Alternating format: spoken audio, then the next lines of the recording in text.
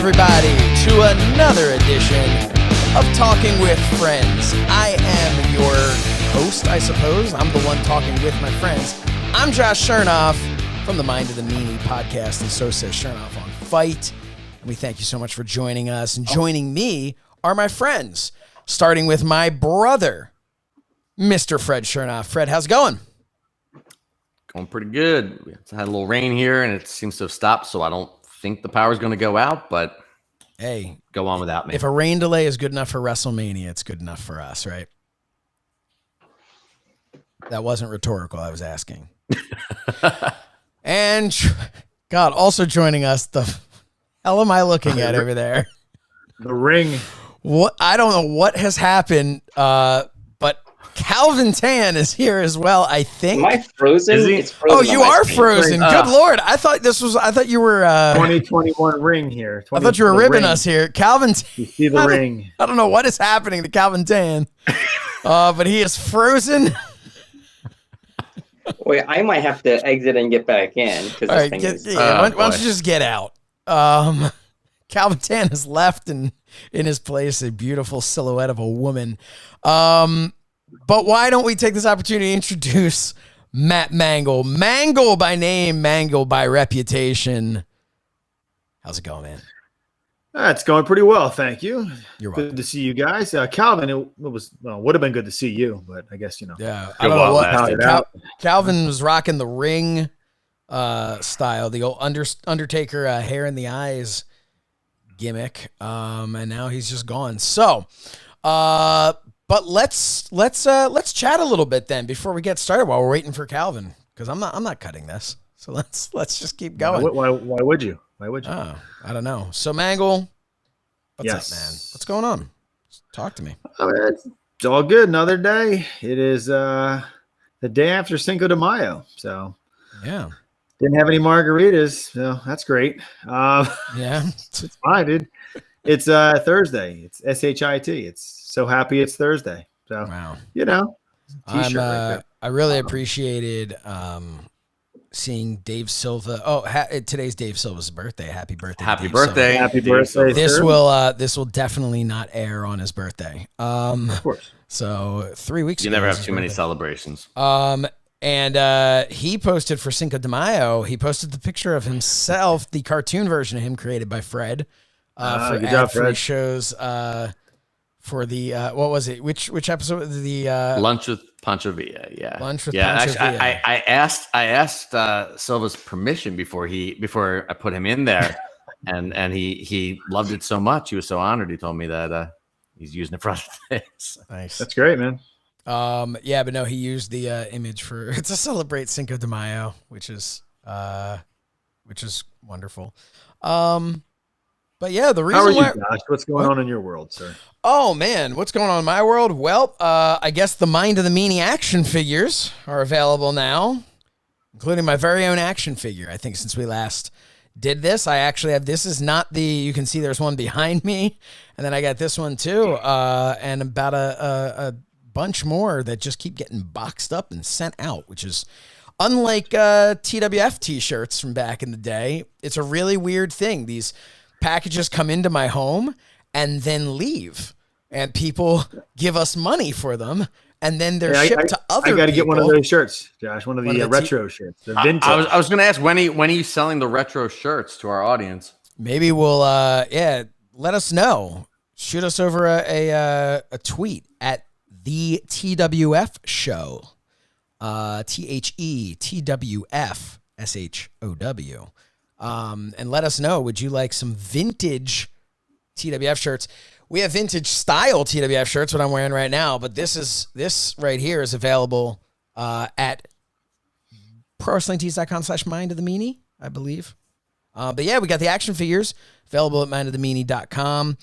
We've still got a handful left, but they have sold out by Cello Toys. JB Toys sold theirs out as well, and we are nearing our sellout, but don't worry, I've held some for Fred who wanted them, held some for Calvin who wanted them, and Mangol, I guess, So We're waiting for Calvin Tan. First cheap shot of the evening, Fred, huh? Where is Calvin Tan?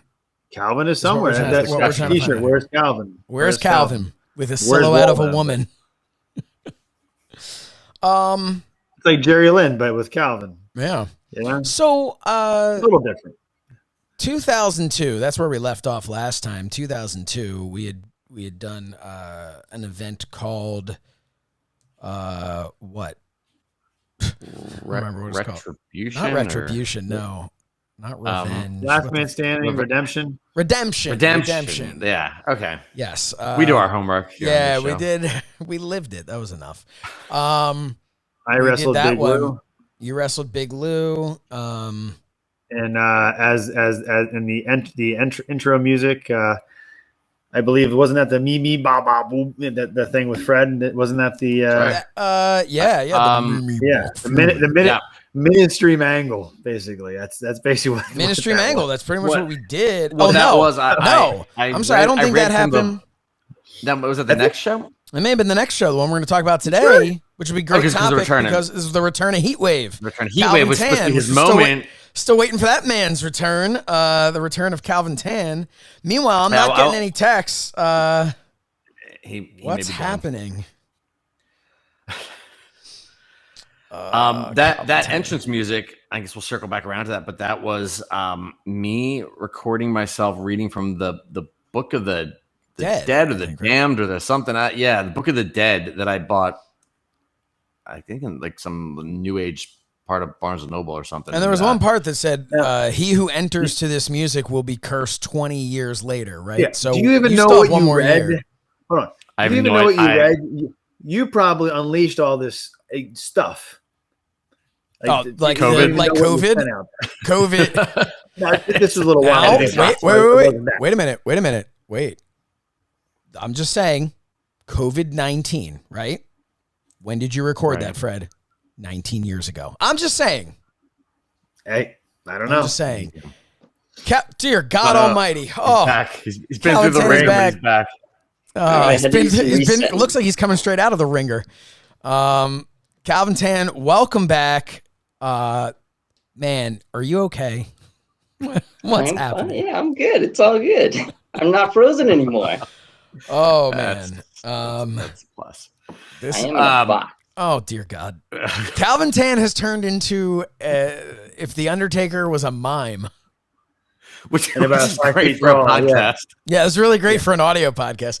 Our primary listeners are audio listeners. Although I encourage all of you to go over to youtube.com/mindofthemeanie and watch the video, especially this, because you're probably listening to this going, the hell is going on here? But Calvin, we were about to talk about how in 2002, Heatwave made a return. We were trying to figure out how to spice up Mangol's character. And we decided to go with Ministry Mangle. And which I feel like is read from the Book of the Dead, releasing a curse that he doesn't even know what he said. Now, can we have Mangle Ministries as like a shirt? Is that one? So picture the 8x10 now. So what did you, Calvin Tam? What did you think when like what was the? Do you remember how we decided to have you be a part of this again, to come back and be an on air character?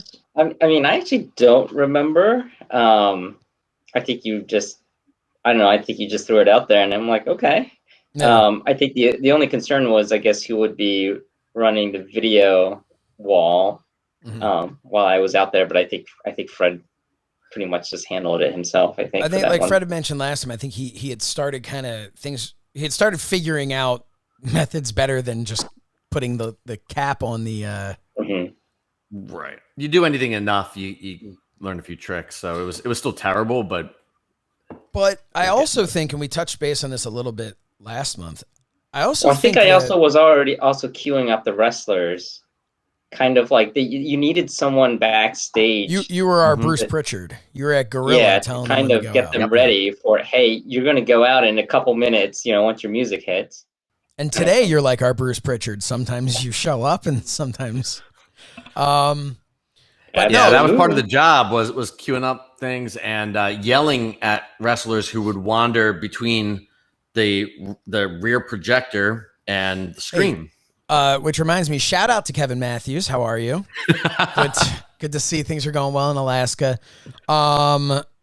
So no, but Calvin, I think again, something we've talked about so many different times, and I always go back to the Beyond the Grave 20-year anniversary special on FITE TV, where we talked about, for me personally, but us kind of as a whole, as a group, we're always chasing that feeling from 99, from Beyond the Grave, back when this, like my shirt here, was our logo. Of course, this one says Talking with Friends, established 2021, and it's available now at ProWrestlingTees.com/Mind of the Meanie. But, right, we don't have our own Pro Wrestling Tees. No, not yet. No.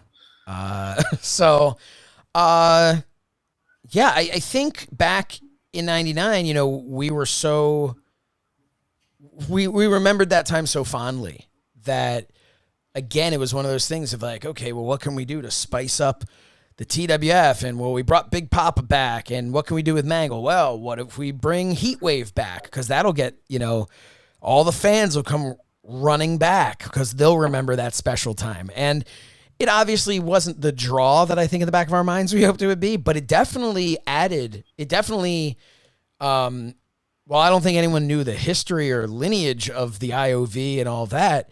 I do think the presentation of Mangol was that much better to have a manager the way we were presenting you, Matt. What do you think? Sure. Yeah, I was like, you guys just said, guess what? Heatwave's coming back. I'm like, all right, it's fine. we had no idea what the hell my character was going to be, so let's throw some shit against the wall and see what stuck. Well, usually when you have like a manager, like with somebody, right, it kind of gives that wrestler almost like a boost, right? Yeah, it kind of gives me a chance to sprinkled a little Heatwave dust on Mangol.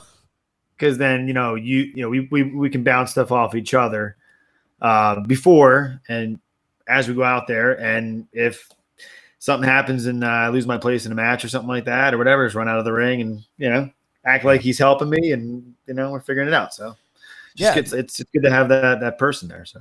And, we talked a little bit before about the entrance video. It was allowed us to kind of start flexing our creative muscles in that regard, doing the fun entrance video, going down the hallway where, Heatwave flashes in, Heatwave flashes out. And that was a lot of fun. But there was also, we talked about while Calvin had disappeared into the ether somewhere, we were having a conversation about how the music and Fred recording the new Mimi Bach Furyk and from the Book of the Damned or Book of the Dead or whatever it was, and how he cursed the entire world. And the TWF.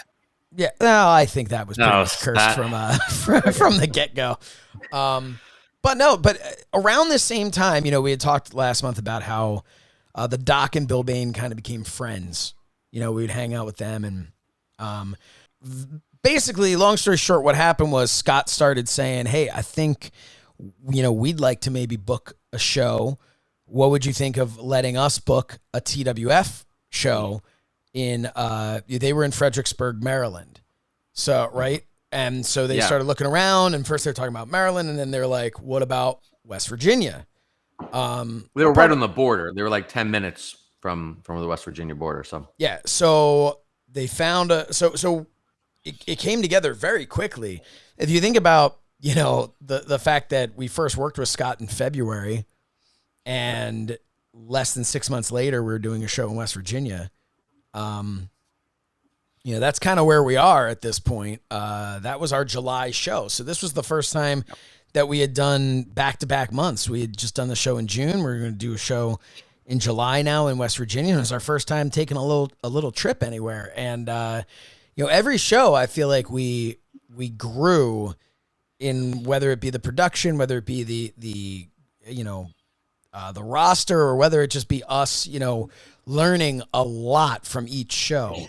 Fred, what do you remember about how that came about, the show in West Virginia? I know Scott was very excited about it. A lot of you were the one working with him mostly that put it all together. So I know that from my standpoint, it was just sort of, what do you think we can do? That I know that you asked me like, what we're not renting a truck. We're not bringing the whole set and everything. So we decided it's going to be a house show. And you said, what can we do? And we decided, we went back and forth because it would be easy enough to run a house show and just give our guys a chance to work through things and figure stuff out. But because we are who we are and we just overshoot with everything. And I think we wanted to introduce the audience down there to like what kind of a product we provide. So we wanted to still do the entrance videos without the set.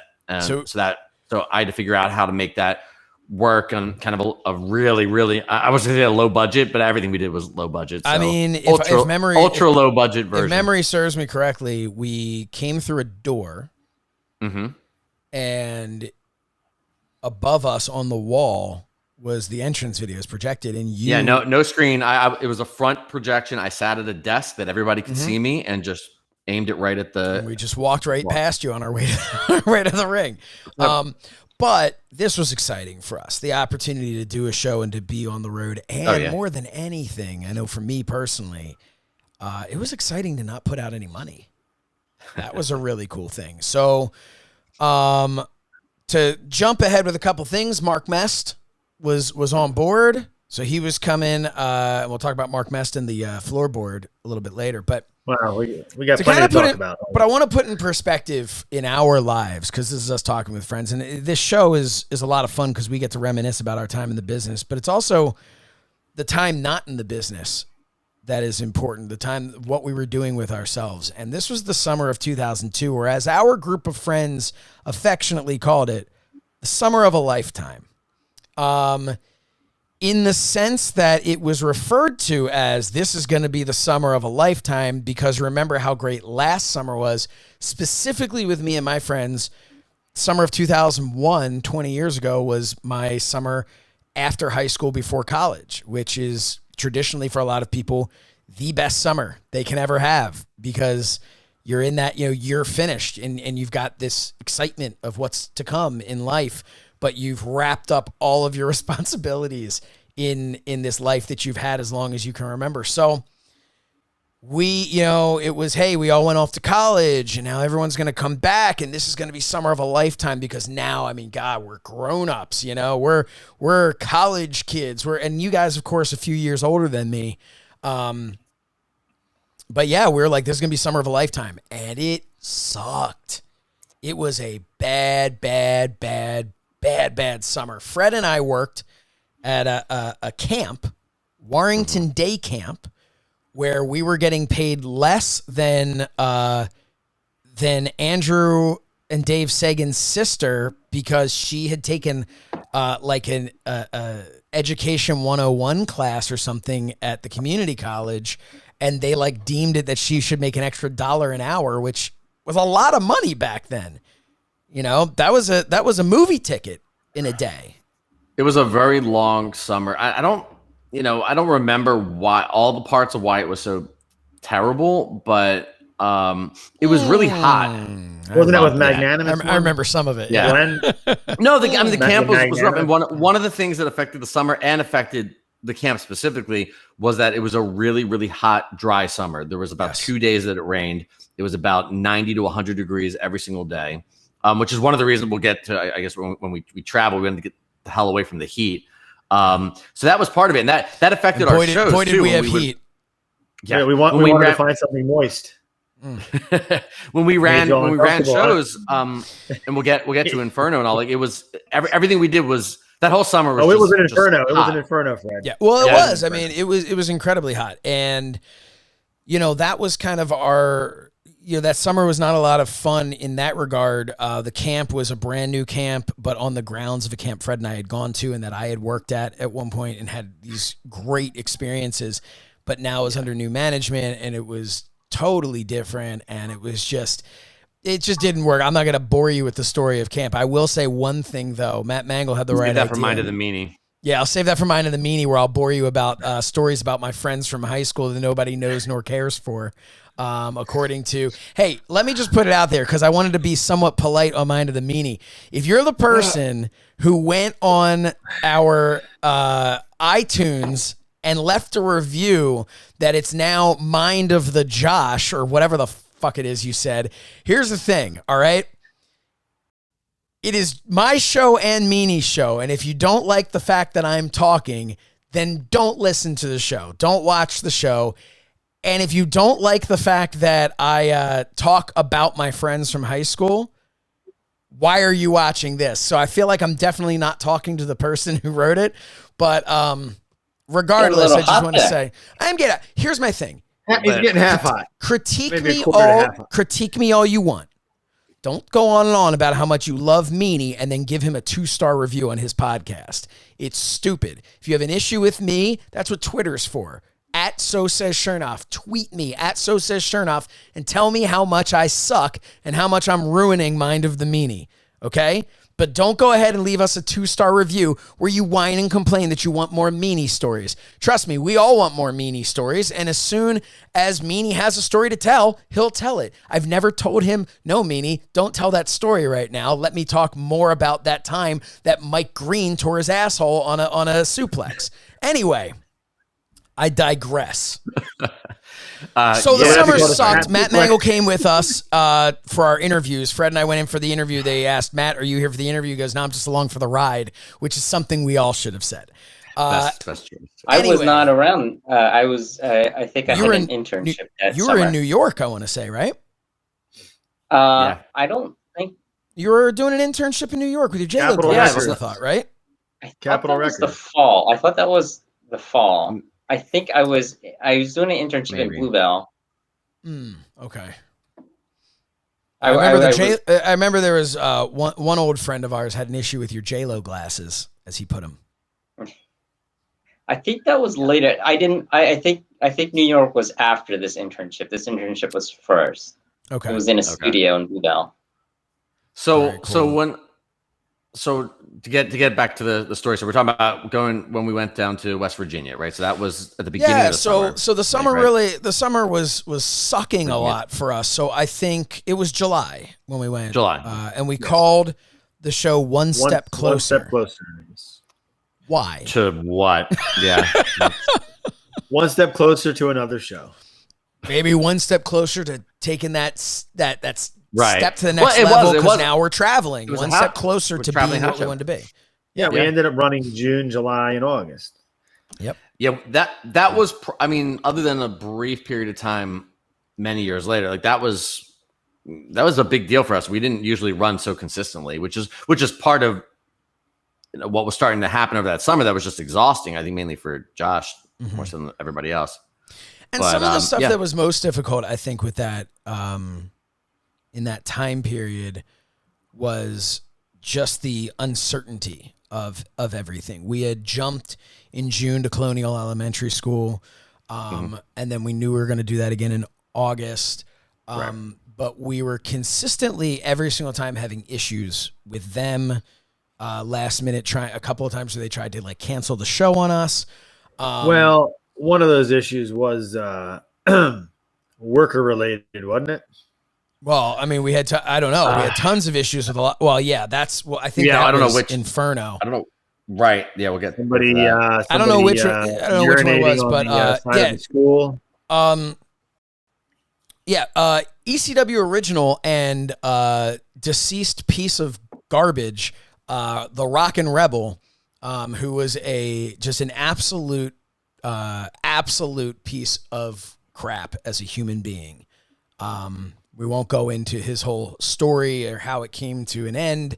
But the Rockin' Rebel worked for us as he had, starting in I want to say the February show, had kind of weaseled his way in saying, hey, I do stuff with the state and I can make sure Frank Talent looks the other way on this, that, or the other. Apparently he made Frank Talent look the other way on buying deodorant. But we'll get to that in Inferno. But Inferno. But the Rockin' Rebel was now, hey, I'll help you out. Put me on the show, brother. And so we put him on the show, brother. And he's walking around urinating on the school and asking for crystal meth. Pretty much, yeah. That's it. That's it. I mean, there's really now. First of all, I had never heard of that. I'm like, okay, crystal meth. I assume it's a drug. I don't know where that would be. I went to go over there. Yeah, I didn't really get. Look in the vending machine. He's looking around. He's asking for crystal meth. A lot of anti-Semitic comments were being thrown around. Yes. Guess he didn't know that his we heard about the Bookers were Jews, but the staff of the elementary school or the district or whatever that was running thing were the ones who reported back to us what was going on. Yeah, but we were, and this is a story that you'll hear, over the next several episodes. That when it came to Rebel, we were sort of powerless in a lot of ways, that because of his connections with the state and other things. So, and I want to point out that while he was urinating on the side of the building, we had a locker room with bathrooms. Oh yes, and we had an actual locker room. We didn't have a latrine. Unlike an outhouse. Unlike West Virginia, but. Yes. So here's the thing with West Virginia. So we all decided, all right, who's going to West Virginia? Well, obviously, Big Papa just made his big return. He's going. But nope, Big Papa got sunburn, was it? Sunburn. Look, we never had the Mangol Big Papa match. No. Now, that's whatever it was. But I was looking forward to pressing him up and slamming him down. Yeah, let me tell you something. As someone who worked with him, if you were planning anything other than lead potatoes, you weren't getting. Hey, soup bones. But no, I mean he just he backed out. I mean that would have been really good. I don't know if it would have made a big difference in the long run, but I think I mean we definitely West Virginia was Big Papa country, I mean in a sense it was a house show that typically when somebody returns and all that kind of you want to get them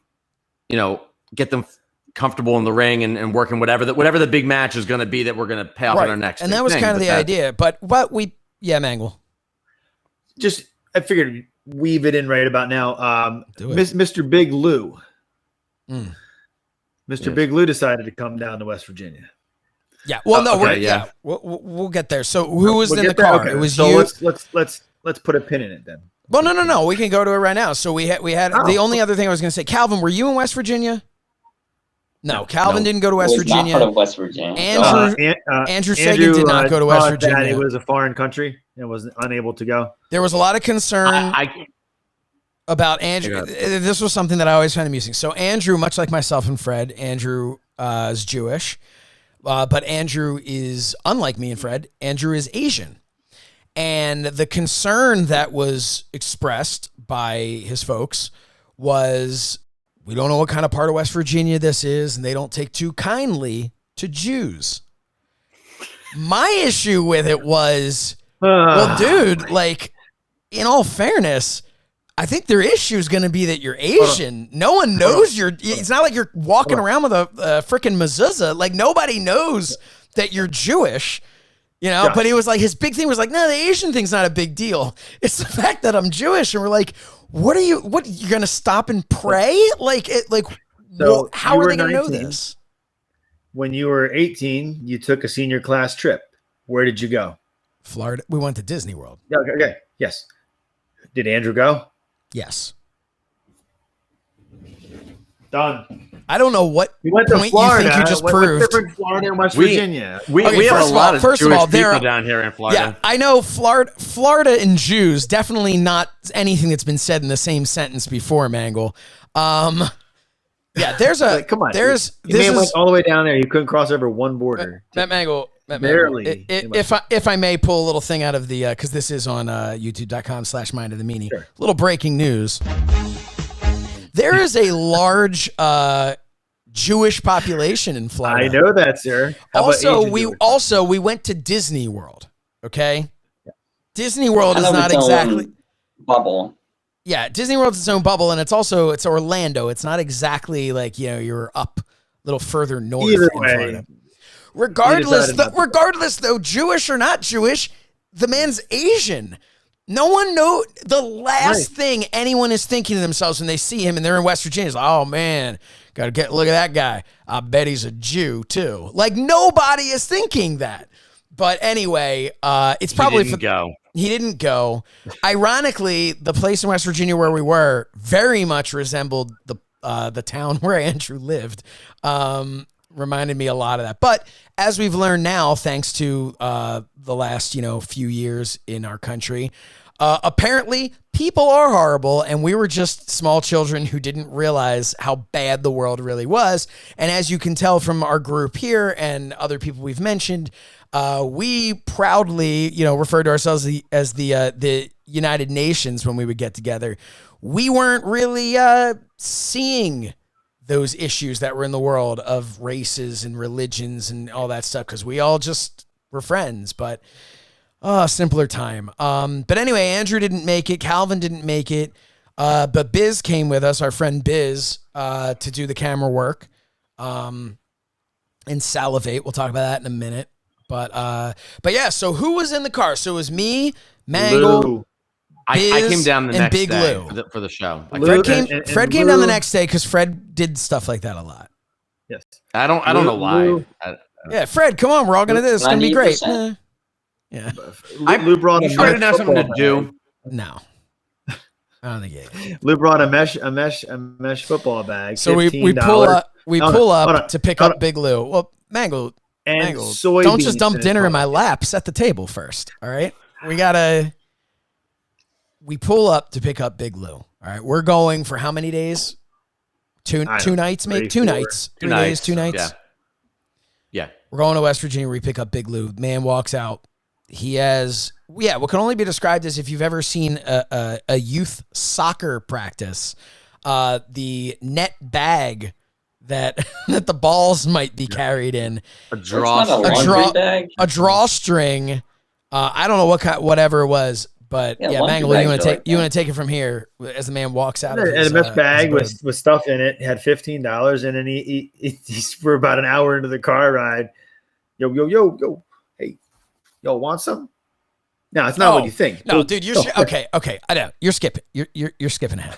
All right, I'm just gonna sit here. We picked that man up in North Hills, okay, which is part of Upper Dublin, which is a thrown stow. A thrown stow. Wow. It was a fresh paint of coat. Dude, I'm exhausted. My son was up at 5:45 this morning. My other one was up at 3. You got another show later. I got another show to do after this. You'll be throwing stows all over the place. It was a thrown stow. I want to say it a couple times so Slichter can make a shirt. A thrown stow. A stone's throw from Dresher, okay? Fort Washington area. It's all right next to each other. We pick up Big Lou. We decide, okay, we're about to hit the road. Let's grab a bite to eat before we hit the road. Let's swing by the McDonald's in Dresher. That man dropped some money at McDonald's. Almost all of the money that he left with. He brought, I want to say it was like $14, and the man was then rocking it like Dwayne Johnson. He had $7 in his pocket for the rest of the trip. Like, that was it.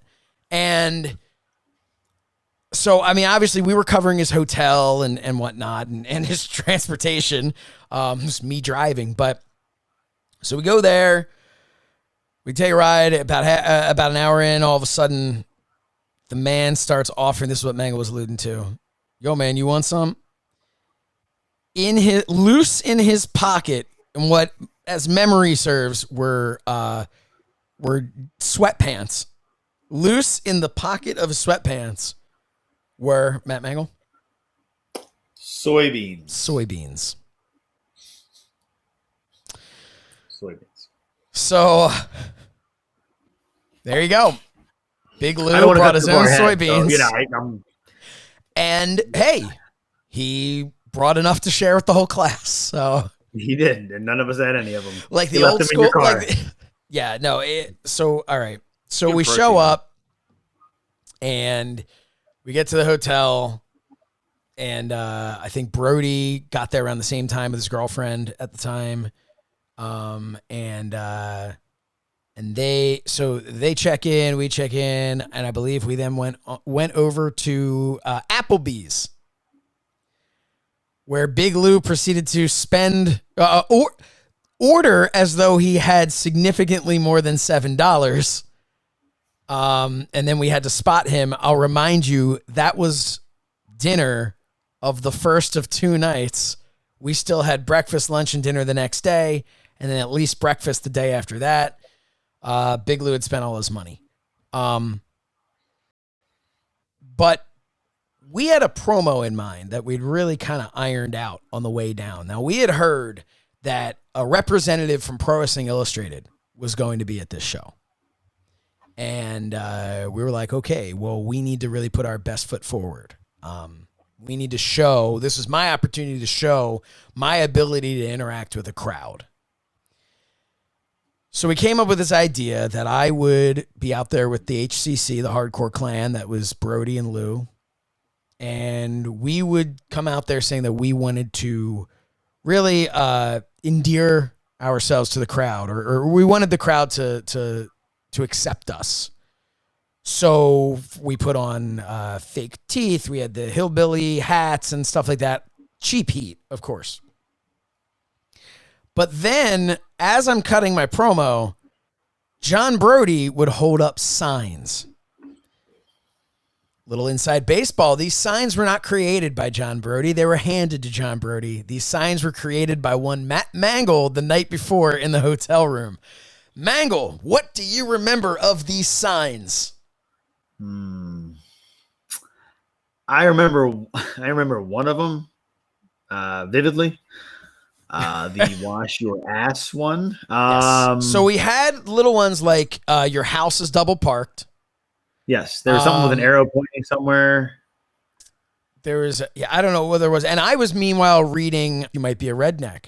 And I'm reading things like, how does a redneck get circumcised? And it was like, neither sister in the jaw. I'm like, I don't understand this. And then Brody would whisper to me, explain it. And then I would go, oh my God, you people are disgusting. And it was great. And there were people all pissed off in the crowd.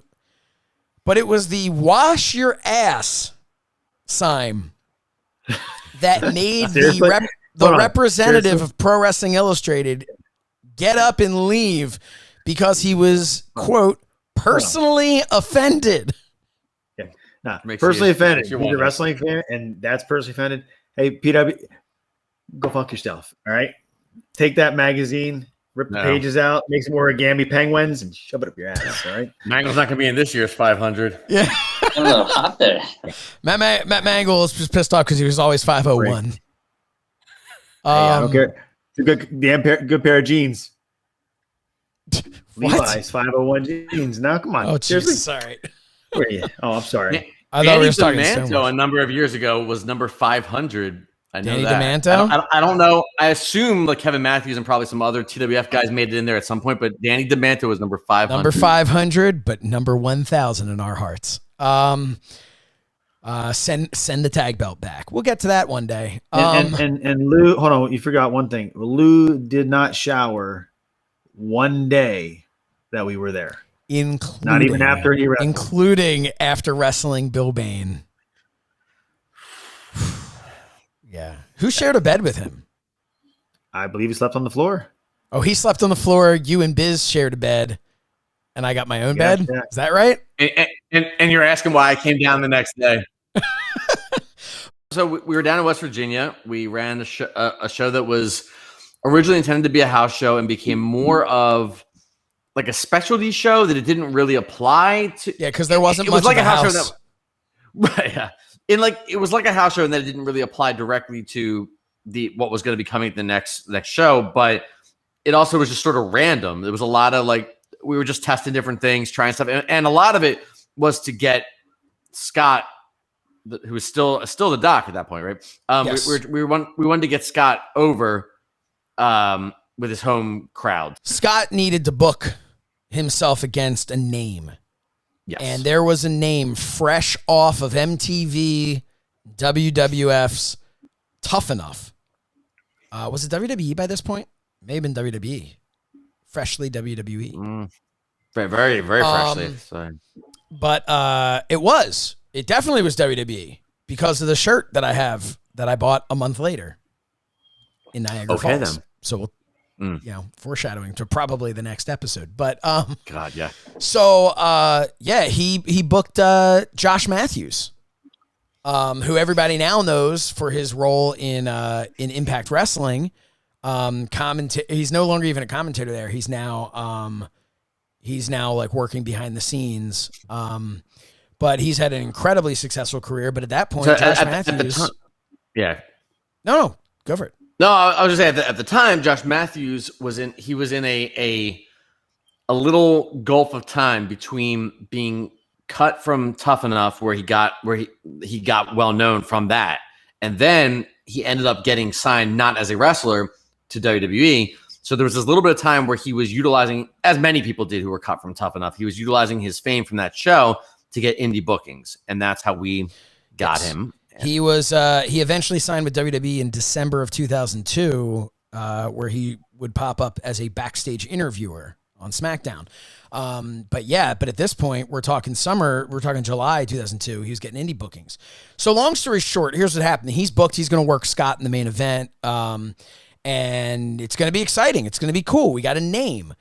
Man, if you're putting money, I don't know what Scott was putting out for him, but it was Scott's responsibility to book him, get his travel, get his hotel, all that stuff. I get a voicemail from Scott the morning of our show. I get a panicked call where Scott is playing a voicemail that I can't hear because he's playing a voicemail. He's like calling me from Bill Bain's phone, playing a voicemail over. I have no idea what's going on. It's all muffled. Basically what happened here was Long Story Long, which, by the way, is a shirt available now over at prowrestlingtees.com/mindofthemeanie for talking with friends. Long Story Long. It's a new one. But his plane ticket was booked under Josh Matthews. His name is Joshua Lomberger. And it doesn't matter how well known you are, especially less than a year after 9/11, you show up. You ain't getting on a plane with your working name. So he wasn't getting on a plane. That was it. And so we're like, okay, well, we promised Josh Matthews, and how are we going to save this? Because we got a paid audience coming. Legitimately, we got a paid audience coming. They're expecting to see this dude from Tough Enough. Scott Fowler made some calls, and somehow down the road, there was another show going on, which, for the record, why didn't you know there was another show going on down the road that same night? And that kind of explains that in the new gas station on the corner. That explains why the house was so bad. But the Sandman was working that show, and somehow he managed to get ECW original The Sandman to take the place of Josh Matthews. And if I'm correct, and correct me if I'm wrong, but he was willing to help us out by taking the pay that we were offering Josh Matthews, even though Sandman normally charged more. Yes. I think he said whatever you were going to pay the other guy. Sandman was the coolest person to work with. If anyone ever, I don't know what other people's experiences are with him. Everybody seems to like him, but in my experience, and I think our experience, he could not have been better to work with, more professional. I mean, he did bring enough beer that we were like, wow, he brought beer for everybody too. No, it was just for him. And he finished it all before he got out there. But the Sandman was such a good dude and was willing to do whatever for the pet. I mean, and that is what led into my moment of getting to work with the Sandman and Big Lou's moment. Because the Sandman had a hardcore match, of course, with Scott Fowler. But nothing like stupid hardcore. It was just, it was hardcore enough. There was chairs, there was a ladder involved. They hit their spots, but it was a pretty easygoing hardcore match. And he at the end, it was something like he beat Scott for the Pennsylvania title, and I then came out there as the owner of the company to say, you didn't beat him for the Pennsylvania title, because we're in West Virginia and the title can only be defended in Pennsylvania. therefore still champion Scott Fowler, to which case I then super kicked Scott Fowler, and was then caned by the Sandman, which was a really cool experience. He took care of me. The man then turned around to get gored by Big Lou. Big Lou never took anything more seriously than this spear to the. He loved the Sandman. He loved the Sandman. He talked about the Sandman for years. The Sandman was going to show up in the Royal Rumble. The Sandman was going to, But think. What did the Sandman tell him though? It was great. Yeah, like a feather, something like that. Yes. Yeah. Felt like a feather. I think it's worth. We have had a lot of experiences that were not great with some established people in the business and stuff. But you got to look at, if anyone has listened to Josh's explanation there of what Sandman did in the main event of this show that he wasn't even supposed to be booked on. I mean, how cool was that for a guy with that kind of reputation to come in and he said, what do you want to do? And you laid out this entire thing to him and said, and you'll win this title and then it's going to be overturned and then you're going to get gored and you're going to get all that stuff. And he said, cool, whatever. I don't know if people who haven't been in the position in the business understand how rare that is for someone with any kind of credibility and name to come in and be willing to do whatever. And when I told him you'll cane me, well, actually, he actually came up with the idea. He says he'll come in here, turn around, and I'll cane you. And I was like, cool, man. I was like, that sounds great. And I was like, so I'll kind of turn around, just walk right into it. And he thought for a second. And I guess he looked at me as this young kid and goes, well, I'll kick you in the stomach and I'll cane you on the back. And I was like, okay. And looking back on that, he easily could have been like, this fucking Mark, Yep. and just nailed me over the head with that cane, as we know the Sandman can do. And instead, you talk about like a feather, I barely even felt it. He really took care of me. He was so unbelievably professional. And it was a great show, not for Scott, who lost a lot of money, but it was a great show. We had the show a lot went of pretty fun. Well. I think, it was a fun time. And then at the end, we had a really good talk with Mark Mest at the end, where Mark Mest rocked back and forth, and the floor beneath, to quote one of Fred's books, protested beneath him, and he, that made Biz hungry. We talked last time about our deep love for Mark Mest. So we just really enjoyed working with him, and that was the time. I don't know if we mentioned last time that we used to refer to as Mestisms, that him and Troy both, that they would give these pieces of advice, and that was where we first really had the chance, other than at his dungeon, his school. What a sentence. It was the first chance we really had to hang. What'd you say? What a sentence.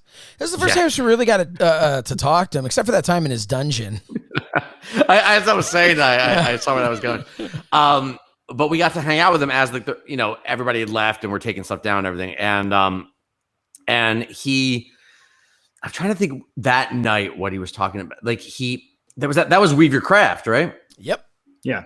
We were talking a lot about how we're trying, our guys are trying to learn and everything. And he was very cool. Like someone who had a lot more experience in the business. And I remember he said, he's like, yeah, you gotta go with what works, and you weave your craft, and over time you get where you want to be. And it was kind of, and we just were like, okay, yes, sir. Well, we got him 1 month later. We returned back for Inferno. Now, Inferno was a big show for us because I was going to have my long-awaited, by at least us, long-awaited rematch against Big Papa. Mangol was going to be facing the debuting Rod Greco, who had been the Dominator back in the day, our friend Rod Hanoun, and was going to be creating the stable with, formerly known as Joe Hoffman, was now going to become Matt Gambino, creating the Gambino family. A lot of big developmental stuff. Can I comment on Rod real quick? Please. So without giving the whole backstory, but Rod had worked with the TWF back in the day, and he was an amateur wrestler and very talented. Rod was someone consistently, and he appeared in every incarnation of the TWF, and he was someone who was just so naturally gifted at the sport of professional wrestling and the entertainment side of professional wrestling, and he pissed us off to no end every step of the way because he could care less about what he was happy to do it. If he had nothing else going on and he could show up for the show, he thought it was fun. He had no passion for the business, and we were just every second we were just like, my God, you have it. You have the X factor, and we want to do all this stuff with you. And he just like, oh, I got a gig bartending. I can't come to a show. Like, I got to bartend for. And in fairness, we were paying him nothing. But yeah, no, it was when he killed us every. Rod was one of those guys too who would be like, hey, Rod, you want to come train? No, sorry, I can't, guys, but I'll definitely make it to the show. Oh, but Rod, you haven't wrestled in 2 years. Yeah, but it'll be fine. And somehow he's so much better than he was before, and better that he was just so good. He wrestled Mangol, but a couple of quick things I want to kind of get through some of the fun parts because we don't really care about the storylines here on Talking with Friends. We care about the experiences. And one of the experiences was Mangol coming out there and getting up in Joe Hoffman / Matt Gambino's face and grabbing Matt Gambino and choking Matt Gambino as only Matt Mangol can, because Matt Mangol can get a little stiff ski in the ring sometimes, a little snug ski. Gotta make it real. And you gotta make it real, brother. And he was choking Gambino, waiting for that cue from Fred, who at that point in time was probably thinking, man, I could use Calvin right about now, because that music was not coming. And as Matt Gambino's face turned a shade of red, and Mangol continued to choke him. What was it? He was like 35. You're supposed to be hitting Rod. 50 seconds. We had been doing a lead-in for Rod. We'd been flashing that stuff with some of his music. Right. Stealing the End Is Near gimmick from Armageddon from WWE. I guess they stole Armageddon from us, so why not? I thought we stole Taz's gimmick, to be honest. No, it was the theme song. His symbol. No, I'm saying that his symbol would appear. Oh yeah, at random times. We absolutely stole that. But that could have been anything. We stole the idea. It was Jericho's flashing countdown. The same idea. I remember everybody thought it was Slayer. Remember that wrestler Slayer, because it happened at one point when he was walking to the ring. Slayer, that guy was something else. Google him, I guess, if you can. So anyway, eventually Rod comes out there. He was Armageddon, but less talented. Rod comes out there and puts a camel clutch, I want to say, on Mangol, where Gambino is slapping Mangol in the face, and Mangol. It was a great segment. It was a great segment that led to a match later in the night. Rod, I mean, we put him right in there with the world champion. Mangol was the world champion. In West Virginia, Mangol wrestled me and Brody in a handicap match and went over. I think is that the only time you actually beat me clean? That I let you beat me clean? Well, yeah, I guess so, yeah. But anyway, no, he had a great match with Rod, and I'd love to roll the footage right now. Unfortunately, Biz Cheney, midway through the match, who was our cameraman, runs into the back and goes, "Are you guys seeing this? This is amazing." And we're like, "What do you need? What do you need? A battery? You out of tape?" No, this match is the best match. The best match. So good. And we're like, he's like, "Are you seeing this?" We're like, "No, but we'd really like to. So get the hell back out there and film it." But that speaks to, I mean, it was so good. Biz hated wrestling and wanted the TWF to die, but that man loved this match so much that he came back and stopped filming it. So should we allow Calvin to talk about the actual experience of being out there, since we have no footage? Yes. So now we have some footage. We have Calvin walking to the ring with Mangol Emmy. So this was Calvin's re-debut as Heatwave. So Calvin, if you can speak to us from beneath your hair, Calvin Tan. Is that the show I took a clothesline? Yes, from Gambino. Yeah, that's a great. So spot. it was cool being out there. getting heckled by the fans, obviously. Mr. Fuji's son. Yeah, Harry Potter. Harry Potter. Gambino's being called Harry Potter, and you're being called Mr. Fuji's son. But I those are from the ECW. Those are from Hat Guy and his friends. Yeah, and it was about 1,000 degrees in that gymnasium. Yep. I was digging getting called Mr. Fuji's son because watching Mr. Fuji. I never watched Mr. Fuji wrestle. But I grew up in a time when he was managing, like the Barbarian and the Warlord and the Powers of Pain and stuff like that. So to be out there being called Mr. Fuji's son, I'm like, oh, that's kind of cool. Remember when I said we were all naive and didn't really understand racism? Well, I understood that, but Calvin, you're also a huge ECW fan. Yes, I am a huge ECW fan. Yeah. So to be getting heckled by those attention guys. from those guys, yeah, with the Hat Guy, yeah. So it was cool to get heckled by them, and it was kind of like a badge of honor. So I remember before the match, Gambino was supposed to beat me up outside the ring. So I'm supposed to interfere in the match, distract the referee. Gambino pulls me down from the apron, and then he's supposed to beat me up. So I don't think Gambino had any kind of training either. So I pretty much told him, just give me a clothesline as hard as you can right across my chest. Just hit me as hard as you can, clothesline. So time comes, get up on the apron, distract the referee. Gambino pulls me down, and he, throws the clothesline, and I'm like, okay, I'm gonna have to make this look good because he, I just told him to hit me across the chest. That's all. So I kick my feet up, and I kind of do one of those flips. It looked great. It was great. It looked awesome.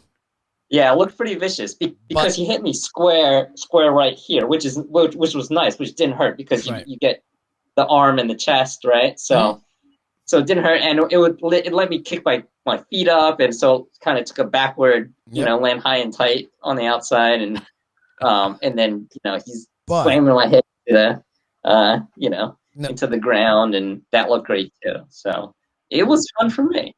Clothesline looked amazing. Slamming your head into the ground looked incredible. And then Gambino decided to add a cherry on top that just shouldn't have been there when he decided to give you a slow motion grazing of the forearm to the head. Like, it was I don't care if it takes days. I will find the footage of this. I'm hoping that right now you are watching this footage again and again in slow motion right here. Yeah, that was not good. But the match was really great. Was a highlight.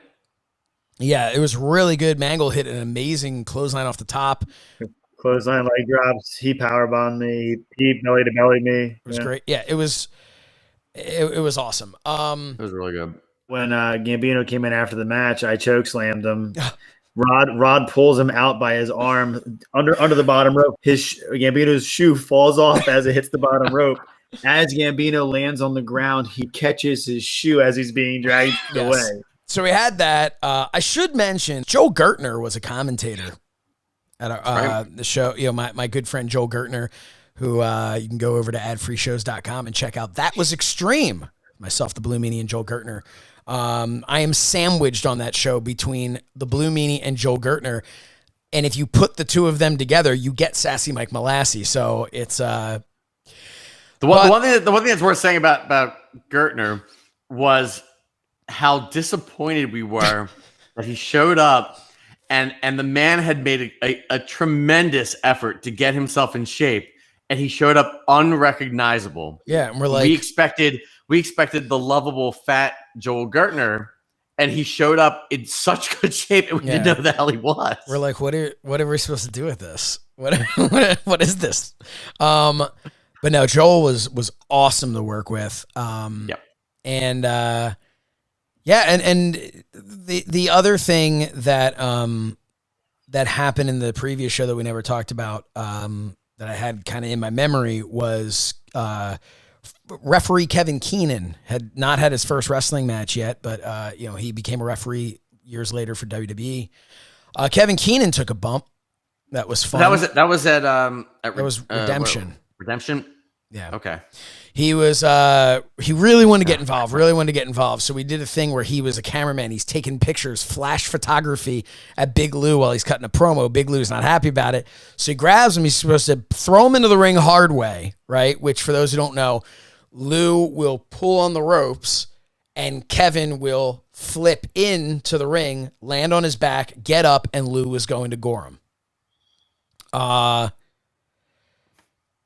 Kevin goes over the top rope, back under. Well, he never let go of the rope. Never let go of the rope. So he goes over the top, under the middle rope, lands with his back on the bottom rope, and then slides to the outside, ass over tea kettle. But yeah, so anyway, so Calvin put on a great performance, getting his ass kicked.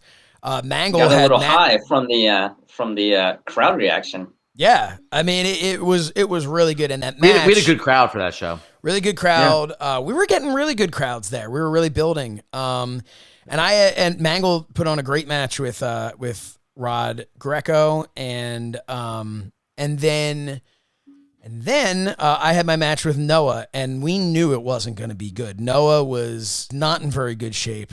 No. And so I looked at it and I said, okay, well, what do you do with a match when somebody can't wrestle? And we were not that far removed. I think a year earlier was the Shane McMahon, Kurt Angle Classic at King of the Ring. So I started thinking, my wheels are turning, and I'm thinking, all right, well, what can we do?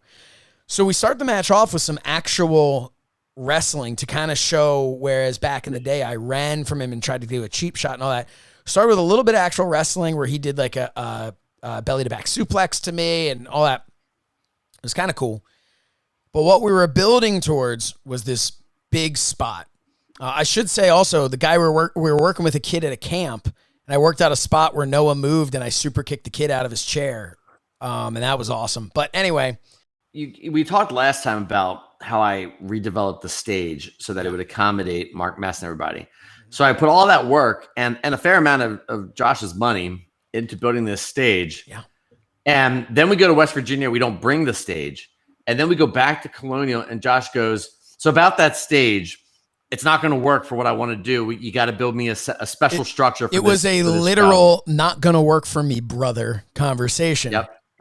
But no, he said, I need something.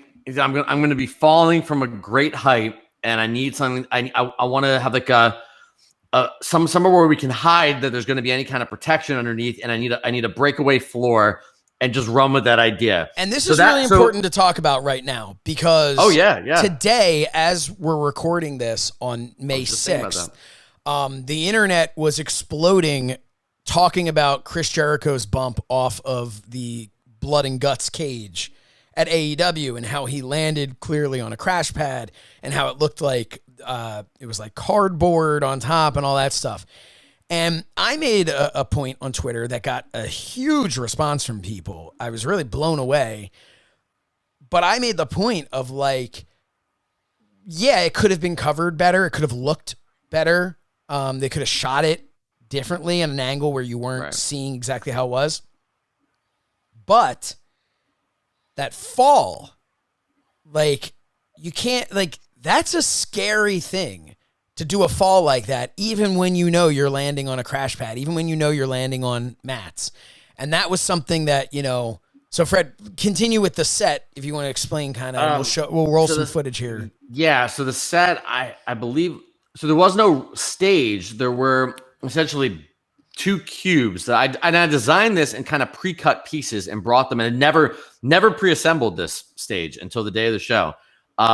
We just had to kind of hope it would work. And it was these two cubes, and they were designed with these like reflective sort of panels that I found at Home Depot on the top. Instead, so it looked like it was like a wood surface, but it wasn't. It looked almost identical though to the gray painted wood surface that we had. That was the before. idea. So it couldn't be a real stage because it wasn't going to have any structural support, but it looked similar to that. And the people just walked out in between. Originally, we wanted it to be the stage, and I was going to put Noah on there, and I was going to climb to the top a la Shane McMahon and drop an elbow. And you basically said, you're like, I don't know how I can build something that will both support the 270-pound Noah, Mhm. and everybody forget even if it was a part that people didn't walk on, but support Noah, but also be safe enough as a breakaway Right. for when I landed on it. And thankfully, one of the few times we were smart enough or I was smart enough to listen to you and go, all right, I guess we'll come up with something else.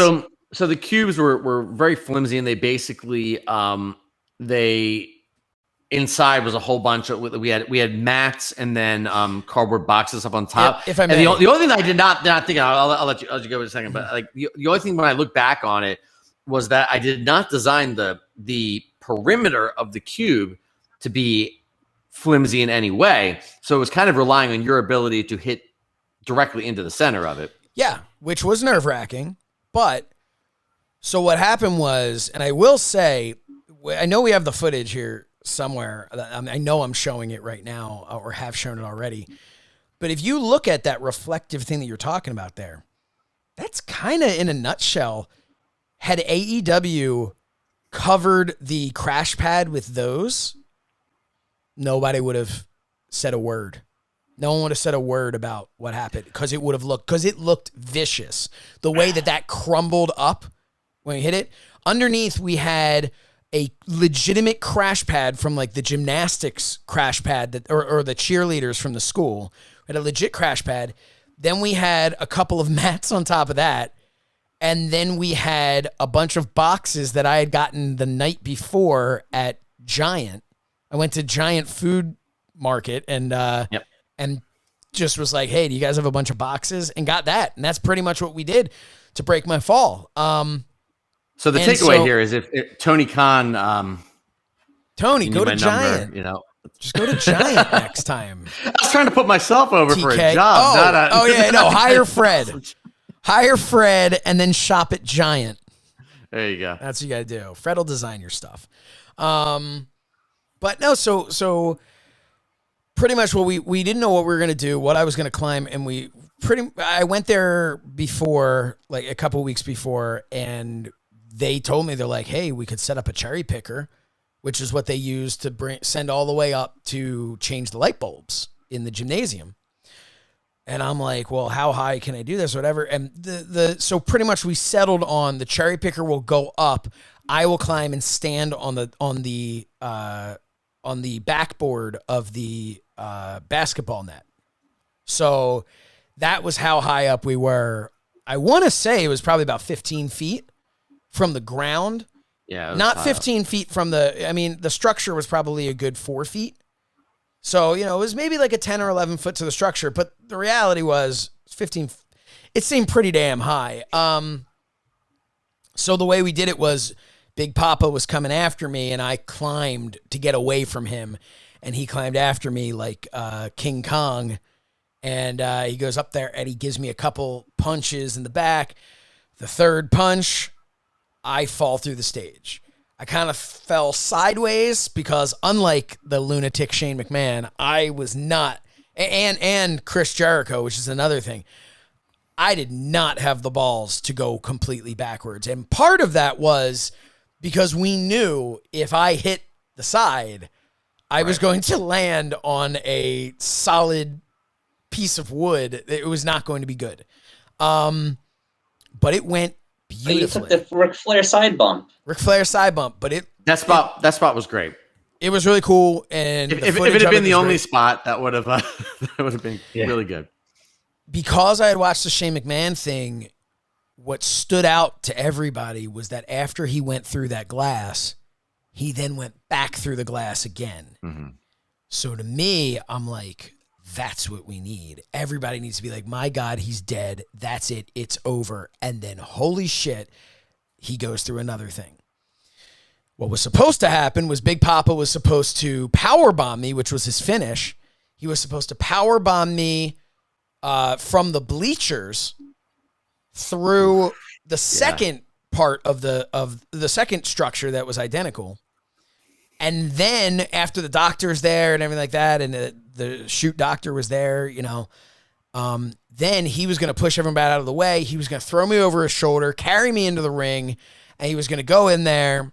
And that's when he was going to say it was one last thing. He was going to powerbomb me from the top rope. But before he could do it, Brody was going to run out, nail him with a chair over the head.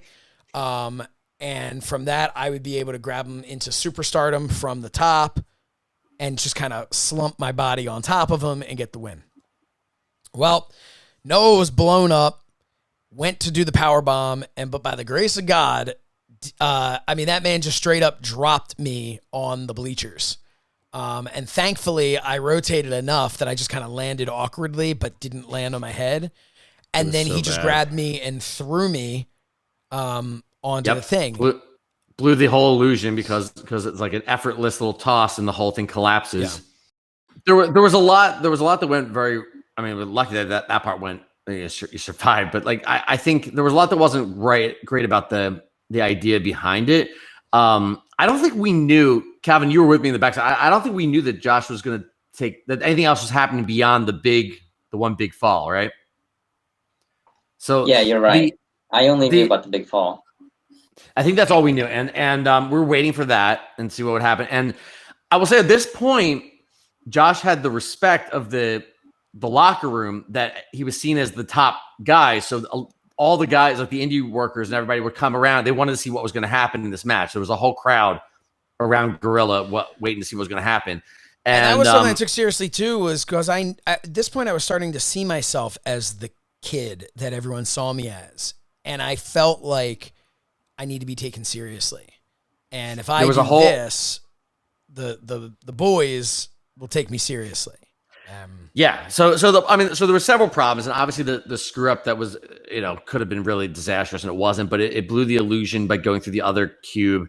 And then there was definitely a lot of heat. And I know, Josh, you've always disputed this, but a lot of the wrestlers were vocal about the fact they wanted you to, they wanted you to lose, I think, because, but our intention was not to turn you face, which is what it should have been in that kind of thing. You took an unbelievable beating.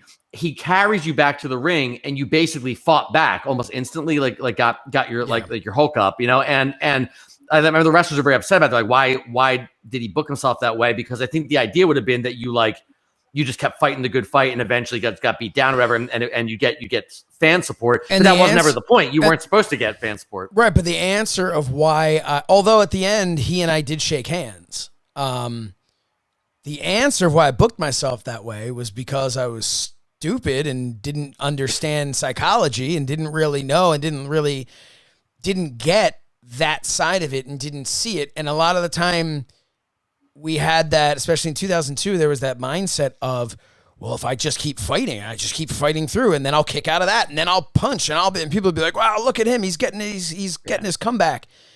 But I didn't realize was he should have carried me into the ring, and I should have kicked out at 2 3/4 because that was what we were going for, that false finish. Because if you think about it, it had been enough time that he took to drag me to the ring. It's not like it was 3 seconds after one big move. Right. And then he was supposed to go for the powerbomb. The problem is I kind of started working again after that. That's what I'm saying. You got the shine right after. Yeah. And what I should have done is I should have kicked out at that. He should have been pissed off, grabbed me, hit me with a vicious power bomb, and hooked the leg 1, 2, 3. There was no movement at all to show like he had that last bit of but okay, he's done. But none of us got that. Hindsight is 2020, and you're post Al Snow's education, right. And you also have any of that. You have to remember too, we were trying to figure out, and it was a screw job finish with Brody coming out there. We were trying to make it 1-1 so we could have the rubber match. Right.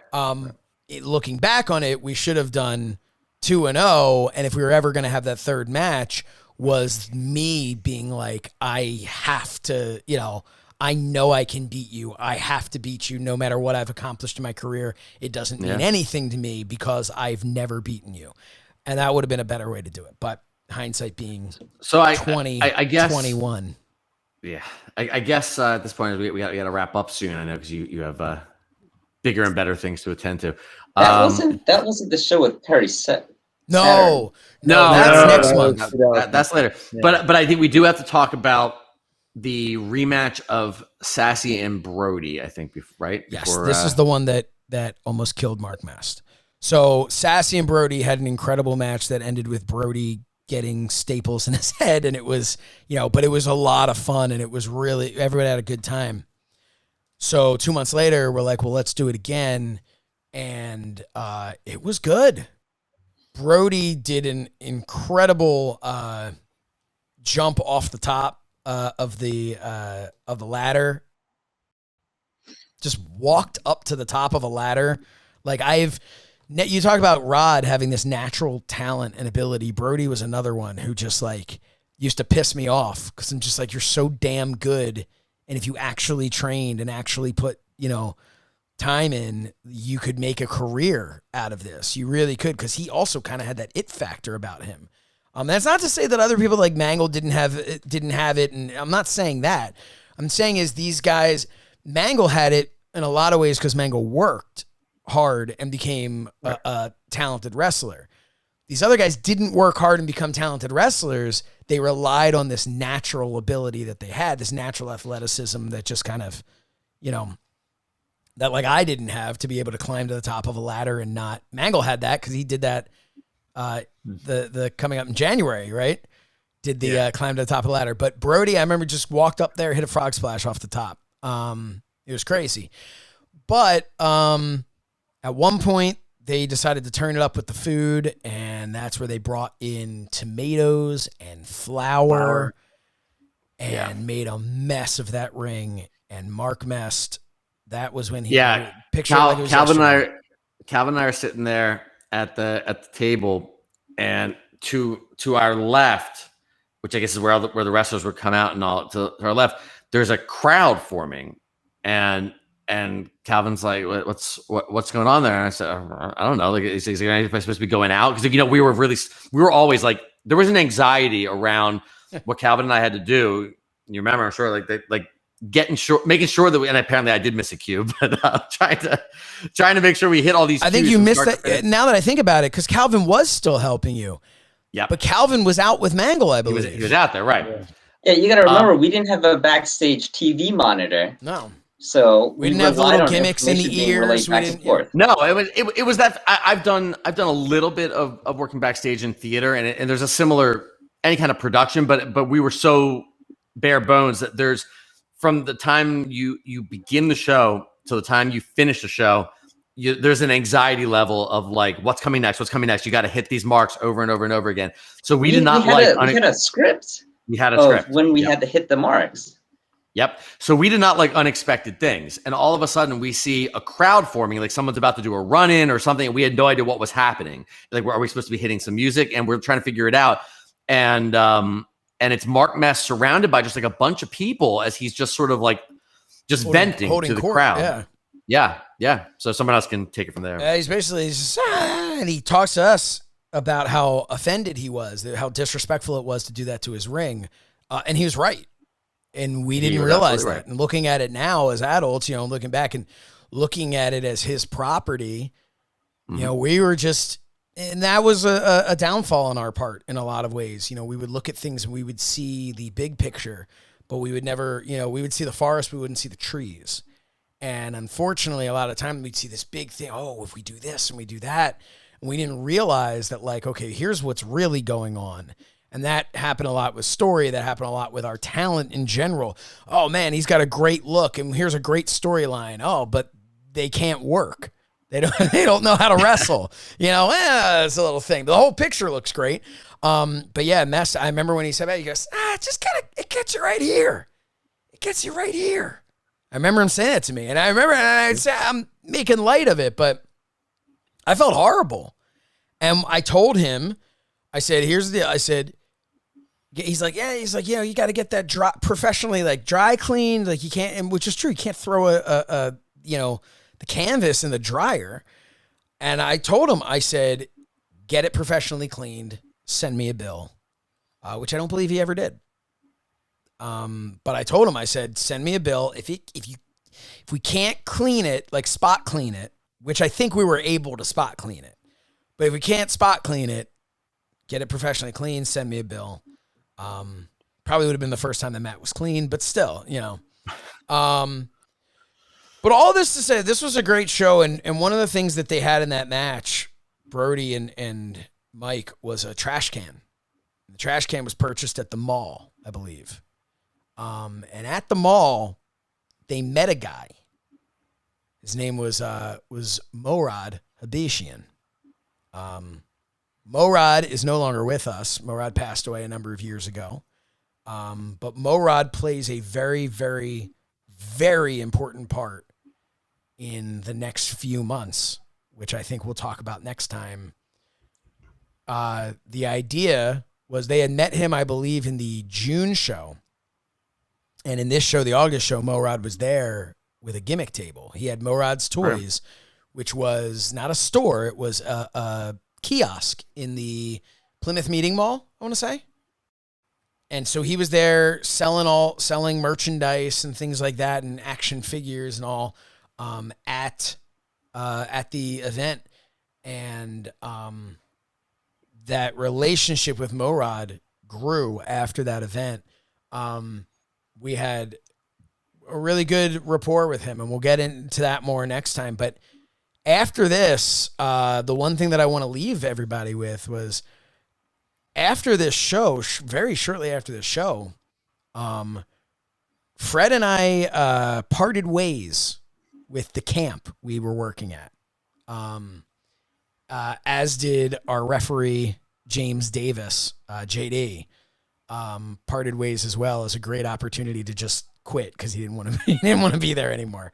So he just was like, yeah, I'll support you guys. I believe Andrew Sagan, though, did not leave because he didn't want it to affect his college applications or his resume. But yeah, so we were kind of pissed off, and summer had sucked, and I was burnt out from losing some money on the TWF shows. And we all kind of got together and we said, we need to get the hell out of here, man. You guys want to go to Canada? Just like that. We need to get the hell out of here. You guys want to go to Canada? And the picture in the opening of this show every time is a picture of all of us standing out in our driveway. That is a picture from right before we left for that Canada trip in 2002. It was the four of us and our friend Biz. And we went to Canada and videoed the whole thing for Doc and Bill Bain. And we'll talk about that more next time. But specifically Toronto and Montreal. Specifically Toronto and Montreal, and specifically ending up at WWE headquarters in Stamford, Connecticut, with Triple H and Shawn Michaels at a stop sign. Yes, but we'll get to that. But Mangol, we're trying to entice people to tune in next time. So thank you everybody so much for listening. I wonder what these shows are going to be like once we get through all of our stories. But it's fun for us to reminisce. And I hope that you're all enjoying this, and hopefully you're watching this too. We have been getting a turnout that's like 15 times the turnout of our videos and audio. But I implore you, if you take the time, go scrub through, because we have been able to put some footage in, and it's really fun to be able to. We've heard from a lot of people that they enjoy being able to actually put faces to the names and be able to, you can visualize something in your mind, but then we're all seeing Calvin Tan's face right now. You got to go in and see it. Calvin, I just want to ask, not to make light of anything, but are you being abused at home? Are you covering something? Is there... I literally just took a shower before, so this is what happens when I get out of the shower. Man, you're fully vaccinated now, right? I am. I have been, yes. When are you going to get a haircut? Probably soon. I just haven't gotten around to it. Don't do it. Don't do it, because you never know when heat wave's coming back. Yeah, I just really haven't thought about it. But it is getting hot, so maybe before the summer. Yeah, I think the summer is going to make you want to do that. But But yeah, so any final thoughts before we go? Matt Mangol, anything else you want to say about this time period? No, I got plenty more to say come the next time. More stories about the next time. So yeah, it's gonna be good. I'm good. Yeah. Been fun. Talk about the Phoenix. Oh God, yeah. And a table at the Plymouth Meeting Mall. Oh, hashtag balls out for Virgil. We should talk about that. Virgil will be making let me rephrase that. He will not be making an appearance on our show. He will be making an appearance in these stories. Virgil plays a part. I think we may have been the first people to ever experience Lonely Virgil. Some good times, but Calvin Tan, any final thoughts of this time period for you? I think it was just glad that those shows were over because it was getting hot in those gyms. So I think a much needed break was needed at that time, and I'm glad that we took that road trip to Canada. Yes. Fred, final thoughts? I think we had a lot going right for us at the time. I think we've said this every time that we were continuing to make missteps, as every wrestling company does, and we were in our own bubble. We were shooting ourselves in the foot a lot of the time, but I think we did have an audience. There was interest in what we were doing. We had some consistency to our storylines. It was probably one of the, other than West Virginia, it was probably one of the rare times where we had pretty steady attendance from our wrestlers that we could build these storylines that people weren't no-showing as much. And then in the middle of all that, the money became a big problem and just burnout. And I think we felt that if we were going to continue, we needed to walk away from it for a little while and revamp things a little bit. Yep. Which was a decision that was kind of made on the trip to Canada. Yeah. And we'll talk all about that next time. Also a brief shout out to our mom who at Inferno had to be stuck in the ticket booth with Frank Talent. May he rest in peace. From what we understand, it smelled as though he had already passed. But with that, everybody, let's go on social media. Follow us at the TWF show. Follow us all as individuals. Mangol's over there at Mangol Strength. Calvin's barely on Twitter at Underground Magi, but you can find him on Instagram. By the way, Calvin, if you want to go ahead and follow or like Talking with Friends on Twitter, we'd appreciate it. Calvin Tan. So you want me to log into my Twitter after so many years? Calvin Tan is over there. Who knows? You might be getting all this fan mail from people. My DMs. Maybe people have slid into your DMs, man. You got to check your DMs. But Calvin can also be found on Instagram over at Calvin Tan Magic. Is that right? That is right. And Fred. Oh, by the way, real quick, shout out to the Meanie, who I think on one of the shows suggested a new band called Greta Van Fleet, which I downloaded their album the other day, and it's amazing. And shout out to the Meanie for allowing us to. Zeppelin, shout out to the Meanie for allowing us to do this on the Mind of the Meanie YouTube channel, youtube.com/Mind of the Meanie. Make sure that you like it, you subscribe, and you hit that little bell. Ding, ding, ding. And Fred, you can be found on social media at Frederick Shernoff. Is that correct? Oh, I just had a little, who was the person who used to do that back in the day? Go from Winnie the Pooh. I was going with Dr. Claire Brown. Mangol and I had the same thought. Yeah. But Fred's at Frederick Shernoff on Twitter. Go give him a follow. I mostly just like things that Conrad Thompson posts. So yeah, and Conrad Thompson likes the things that you post. Fred is continuing to animate. Just animated a new short stories to Swoggle that I had an opportunity to watch. Is fantastic. If you're a fan of What Happened When with Tony Schiavone, you're going to want to check this out. Really, really good. And some more exciting stuff to come there, I'm sure. Matt Mangol, by the way, made an appearance over on Mind of the Meanie. And then, which I'm not saying that you were the specific reason that we got that 2-star review saying that I talk too much about my friends from high school that nobody knows nor cares for. But Matt Mangol, we were plugging Personal Training Unlocked over on YouTube. And then Mangol called me. How am I not going to put him on the air when he does that? But yeah, everybody go right now. It's linked. It's linked inside the inside our YouTube video here. So go check in the profile gimmick there. Go give him a subscribe. Give him a like and a subscribe and a thank you. Appreciate it. Much appreciated. Thank you. Yeah. Looking at you guys. Get your ass in shape. Whoever's watching this. Matt Mangol will give you all the tips. Fight COVID. Just for a minute. See how it feels. For Fred Shernoff, Calvin Tan, Matthew S. Mangol, I am Josh Shernoff. These are my friends, and thank you for watching as I talked with them. We will see you again next time for another episode of Talking